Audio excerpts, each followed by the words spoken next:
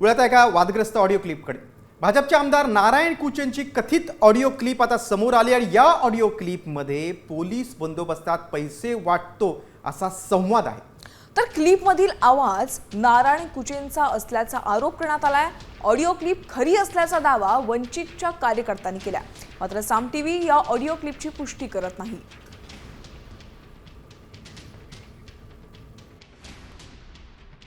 Audio क्लिपमध्ये काय संवाद झाला आपण पाहूया। हॅलो, बोल ना। थोडासा हे पडू द्या ना, अंधार पडू द्या ना। सगळे लोक अंधारात पुढे पैसे वाटत असते, गोर गरीब लोकांना नोटा चांगले दिसल्या पाहिजे। अहो कुठे साहेब, एक मिनिट ऐकून घ्या। सगळीकडे चर्चा चालू आहे, म्हणून म्हणलो मी तुम्हाला की थोडासा अंधार पडू द्या। अंधारात न तर खेळणे जमत, अंधारात जरा उजळत होऊन जाऊन दी।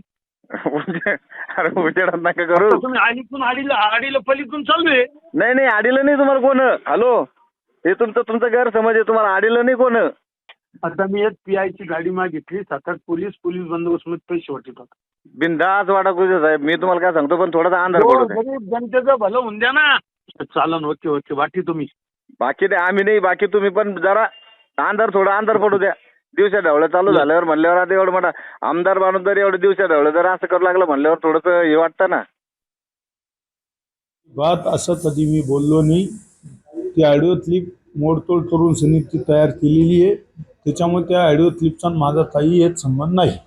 आणि विरोधी पक्षाचे प्रभाव जिव्हाळी लागल्यामुळं मला बदनाम करण्याचा प्रयत्न करू लागले। या सगळ्या ऑडिओ क्लिप माझ्या षडयंत्र तयार करून केलेले आहे। मी याला बिनबुडाचे आरोप करण्याला तयार आहे। मी त्याची FIR दाखल केली होती, असे मोडतोड करून केलेले आहे। मी तुम्हाला आता FIR देणार आहे मागचा।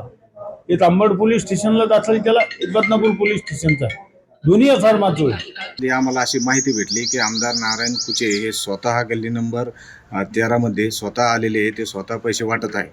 म्हणून माझे आणि आमदार नारायण कुचे यांचे संबंध चांगले असल्यामुळं मी त्यांना फोन केला की आमदार साहेब, बाबा तुम्ही जो हा प्रकार करताय, पैसे वाटण्याचा जो प्रकार चालू आहे, हा दिवसा ढवळ्या करू नका, थोडासा अंधार पडू द्या, रात्रीच्या टायमाला वाटा।